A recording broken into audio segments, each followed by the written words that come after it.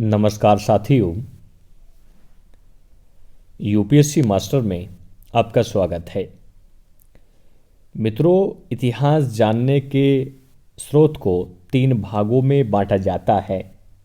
पहला पुरातात्विक स्रोत, दूसरा साहित्यिक स्रोत और तीसरा विदेशी विवरण। इनमें सबसे प्रामाणिक स्रोत पुरातात्विक स्रोतों को माना जाता है, जिसकी चर्चा हम पिछली वीडियो में कर चुके हैं। पुरातात्विक स्रोत में ही अभिलेखों को शामिल किया जाता है, जिसकी चर्चा हम इस वीडियो में करने वाले हैं।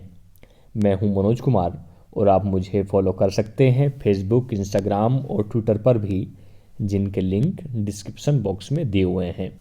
प्राचीन काल में कागज और मीडिया जैसी सुविधाओं का अभाव था, तो कोई भी व्यक्ति विशेष या शासक यदि किसी भी प्रकार की जानकारी को लिखित रूप में रखना चाहता था तो वह इसको ताम्रपत्र पर खुदवा देता था या पत्रों पर खुदवा देता था, जिन्हें हम अभिलेखों के नाम से जानते हैं। ये अभिलेख तत्कालीन समय की लिपि में ही खुदे होते थे। इन अभिलेखों का अध्ययन एपिग्राफी कहलाता है। एग्जाम के पॉइंट ऑफ व्यू से इम्पोर्टेंट है, पेपर में कई बार पूछा गया है। अभिलेखों को हम 2 स्वरूप के आधार पर भिन्न भिन्न प्रकारों में बांटते हैं। सबसे पहले खुदवाने के आधार पर इन्हें 2 भागों में बांटा जाता है। सबसे पहला है निजी अभिलेख, अर्थात ऐसे अभिलेख जो किसी व्यक्ति विशेष ने अपनी व्यक्तिगत जानकारी के लिए खुदवाए हैं। और दूसरे हैं सरकारी अभिलेख, जो तत्कालीन समय में किसी शासक द्वारा जनसामान्य को किसी सूचना को देने के उद्देश्य से खुदवाए हैं। यदि हम बांटें अभिलेखों को स्वरूप के आधार पर, तो हम 3 भागों में बांट सकते हैं। सबसे पहले शिलालेख।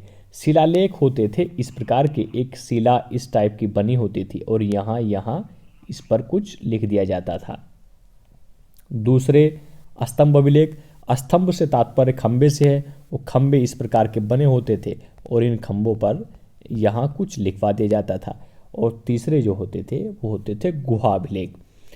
वे अभिलेख थे जो उस दौरान कृत्रिम गुफाएं थी, वहाँ विभिन्न साधु बौद्ध भिक्षु रहा करते थे। उन गुफाओं पर ही कुछ जानकारियां खुदवा दी गई थी। आप इनको और डीपली देख लीजिए। निजी अभिलेख में ऐसे अभिलेख जिन्हें व्यक्तिगत स्तर पर खुदवाया जाता था। सबसे प्राचीन निजी अभिलेख बेसनगर या विदिशा का अभिलेख है।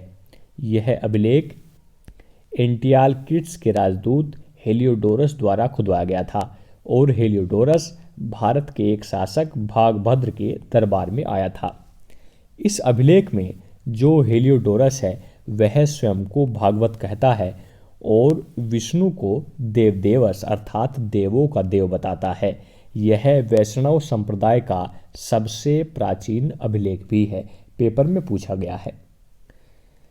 सरकारी अभिलेख से तात्पर्य उन अभिलेखों से है जो तत्कालीन शासकों के द्वारा जनसामान्य को सूचना देने के लिए खुदवाए जाते थे। ये अभिलेख खुदवाए जाते थे चौराहों पर या पवित्र स्थानों पर, जैसे मंदिर है, स्तूप है, चैत्य है, या ऐसे स्थानों पर जहां भीड़ भाड़ का इलाका बना हुआ है। जो विश्व का सबसे प्राचीन सरकारी अभिलेख है वह सुमेरिया का अक्काट वंशीय शासक का अभिलेख है। इस अभिलेख का काल कार्बन 14 की तिथि से 2370 ईसा पूर्व निर्धारित हुआ है। इस अभिलेख में यह उल्लेख मिलता है कि मेलुआ, मगन और दिलमन के व्यापारी हमेशा हमारे यहाँ लंगड़ डाले रहते हैं। लंगड़ का मतलब है माल, जो उस दौरान वस्त्र रहे होंगे या धातुएं रही होंगी, कि वो हमेशा उस माल को हमारे बंदरगाहों पर डाले रहते हैं। जबकि मध्य एशिया का सबसे प्राचीन सरकारी अभिलेख बोगाजकोई अभिलेख है। कार्बन 14 से इसकी तिथि लगभग 1400 ईसा पूर्व है। इस अभिलेख में यह उल्लेख मिलता है कि जब हित्तायन और मित्तायन जातियों में झगड़ा हुआ तो उनकी सुलह के लिए वैदिक देवता इंद्र, वरुण, मित्र जैसे उपस्थित हुए और समझौता करा दिया गया। और इससे पिछली वीडियो में भी हम चर्चा कर चुके हैं कि इस अभिलेख से ऋग्वेद की तिथि भी प्रमाणित होती है। भारत के सबसे प्राचीन अभिलेख हड़प्पा सभ्यता के अभिलेख हैं।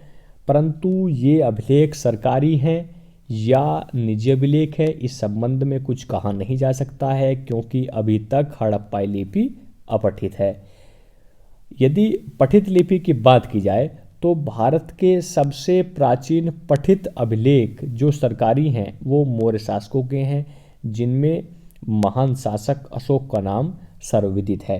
हमारी अगली वीडियो स्पेशली अशोक के अभिलेखों समेत अन्य महत्वपूर्ण अभिलेखों पर रहेगी, जो मोस्ट इम्पोर्टेंट रहेगी एग्जाम के पॉइंट ऑफ व्यू से। आप एक प्रश्न का उत्तर दीजिए। बेसनगर का अभिलेख संबंधित है आपका विकल्प ए वैष्णव संप्रदाय, विकल्प बी शैव संप्रदाय, विकल्प सी जैन संप्रदाय या विकल्प डी बौद्ध संप्रदाय। Thanks for watching. जय हिंद, जय भारत, महाशक्ति भारत।